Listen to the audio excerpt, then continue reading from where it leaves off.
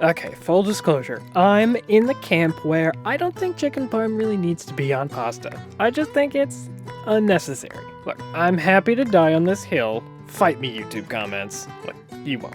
No one ever does. No one ever really comments. Hey, this footage looks familiar. That's because I filmed this at the same time as my chicken parm salad video, so sue me. Yes, I'm being very combative today, and no, I will not apologize.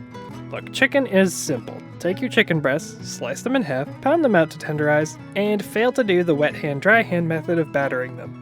Our batter is a milk and egg mixture, flour, cornstarch, breadcrumbs, salt, pepper, and Parmesan cheese. Dip the chicken in the wet, followed by the dry, and try and make your hands not do the same thing at the same time. She's got style, she's got grace. She's a chicken in your face. Next, we're gonna shallow fry these in a cast iron until the chicken is just crispy. We're finishing it in the oven, so it doesn't have to be all the way cooked through. In fact, you kind of want to avoid that or you're asking for dry chicken. And there's no way that's approved by Gordon Ramsay, world's angriest TV chef. Secretly though, I think Duff Goldman is the angriest TV chef. He just hides it very well. Yes, I'm still full of hot takes. Okay, these are ready for the oven, right? Wrong. Well, I mean yes, but pause. Rewind the tape, DJ Cheesy Chef. That's right, we gotta make the pasta sauce. I actually have a short for this exact sauce recipe already, but I'm doing it here as well so you can enjoy it too, since very few people actually watched my unfiltered terror in the sauce video. First, we get a sauce pot. Drizzle some olive oil and let it heat on low heat until it starts to shimmer, which means it's not smoking, but it's loose in the pan. Next, we're adding some fresh chopped garlic. I did the garlic fresh, but you can also use minced garlic. Some people call it jarlic in a derogatory way, but hey, I'm not here to gatekeep the kitchen, except for from my Aunt Meredith, who exclusively cooks tilapia on rice with this weird, unidentifiable cream sauce that tastes kind of like capers and dog food. What was I doing? Oh yeah. It's been a minute or so, so let's add a sprinkle of red pepper flakes depending on your heat preferences, and a few heaping tablespoons of oregano.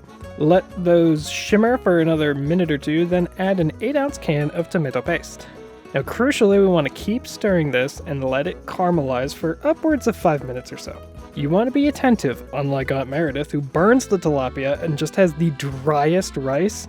It's so dry, Apple actually recommends you do use it to suck the shampoo out of your first generation iPhone, which inexplicably got shampoo in the charger hole for some reason on a road trip that I went on. Once we like the color, we add a 32-ounce can of crushed tomatoes, no Italian seasoning or basil added, just the tomatoes. Turn the heat all the way low but still technically on, and stir occasionally. After about 15 minutes, we're going to salt and pepper to taste. Kill the heat, and it's time to assemble. Okay, so there are two camps to the chicken parm debate. Sauce on top in the oven, or sauce on after on the side. This is a sauce on in the oven family, so that's what we're doing, but do it however you want. I think Babish did a version without putting the sauce on, and the chicken was really crispy, so there's something there, I'm sure. Anyway, oven on to 350. Get a pan, get aluminum foil in the pan. Throw a little bit of sauce down, get the chicken and the foil in the pan. Throw the sauce on top of the chicken and the foil in the pan. Cap it with some blocks or shreds of high moisture mozzarella cheese, and it's in there like swimwear for the cheese to melt and be all broily, and for the chicken to read in an internal temp of 165 Fahrenheit, so as to be properly but not overly cooked. Perfect. Now to enjoy this without... What is this bowl of pasta doing here? Ugh.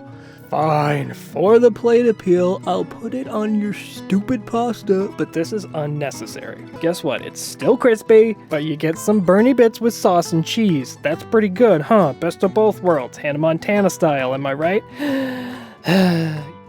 You know what Hannah Montana would do if she were still alive today? Like, comment, and subscribe. Or check out another one of our recipes. Or both. I'm almost positive she would. No, I think Taylor Swift probably wouldn't. She's too busy. She's got other things to do.